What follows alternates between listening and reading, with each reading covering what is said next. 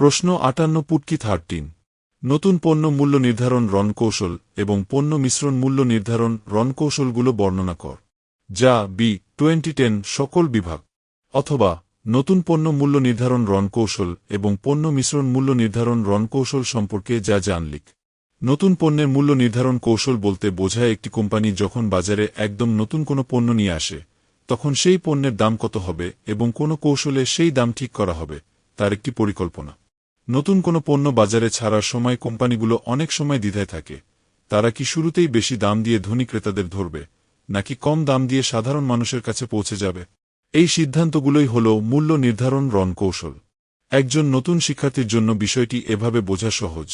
Marketing বা বিপণন বিষয়টিতে মূল্য একটি অত্যন্ত সংবেদনশীল বিষয়। ধরুন আপনি এমন একটি স্মার্টফোন বাজারে আনলেন যা আগে কেউ দেখেনি। এখন আপনি চাইলে খুব চড়া দাম দিয়ে শুরু করতে পারেন, যাকে বলা হয় শর্তলা মূল্য। আবার আপনি চাইলে খুব কম দাম দিয়ে দ্রুত অনেক মানুষের কাছে ফোনটি পৌঁছে দিতে পারেন, যাকে বলা হয় প্রবেশ মূল্য। অন্যদিকে পণ্য মিশ্রণ মূল্য বলতে বোঝায় যখন আপনার অনেকগুলো পণ্য একসাথে থাকে তখন সেগুলোর দাম কিভাবে একে অপরের সাথে সামঞ্জস্য রেখে নির্ধারণ করবেন। এই কৌশলগুলো মূলত একটি কোম্পানিকে প্রতিযোগিতায় টিকে থাকতে এবং সর্বোচ্চ মুনাফা অর্জন করতে সাহায্য করে। এটি অনেকটা দাবার চালের মতো। সঠিক সময়ে সঠিক দাম নির্ধারণ না করলে পণ্যটি জনপ্রিয় হওয়ার আগেই বাজার থেকে হারিয়ে যেতে পারে। আপনার দেওয়া তথ্যের আলোকে নতুন পণ্য এবং পণ্য মিশ্রণ মূল্য নির্ধারণের 10টি সহজ ও বিস্তারিত বৈশিষ্ট্য নিচে আলোচনা করা হল।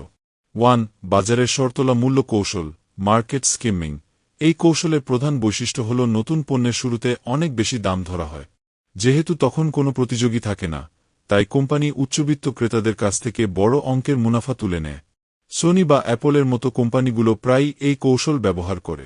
2. বাজার প্রবেশ মূল্য কৌশল, মার্কেট পেনিট্রেশন। এখানে কোম্পানি শুরুতেই খুব কম দাম নির্ধারণ করে যাতে দ্রুত বড় একটি বাজার দখল করা যায়। যখন মানুষ পণ্যে অভ্যস্ত হয়ে যায় এবং বিক্রয় অনেক বেড়ে যায় তখন উৎপাদন খরচ কমে আসে এবং কোম্পানি লাভবান হয়। 3. অনুকরণকৃত পণ্যের কৌশল। যখন কোনো কোম্পানি বাজারে আগে থেকে থাকা অন্য কোনো পণ্যের মতো একই পণ্য ছাড়ে তখন তারা বাজার নেতার সাথে সরাসরি যুদ্ধ না করে পণ্যের মানের সাথে মিল রেখে একটি সহনশীল বা মাঝারি মানের দাম ঠিক করে। 4. পণ্যসারি ভিত্তিক মূল্য নির্ধারণ। কোম্পানি যখন একই ধরনের কয়েকটি পণ্য তৈরি করে, যেমন 3টি ভিন্ন ফিচারের স্মার্টফোন, তখন প্রতিটি পণ্যের মধ্যে ফিচারের পার্থক্যের ওপর ভিত্তি করে ভিন্ন ভিন্ন দামের ধাপ তৈরি করা হয়। একে প্রাইস লাইনিংও বলা হয়। 5. বিশেষ বৈশিষ্ট্য ভিত্তিক মূল্য নির্ধারণ।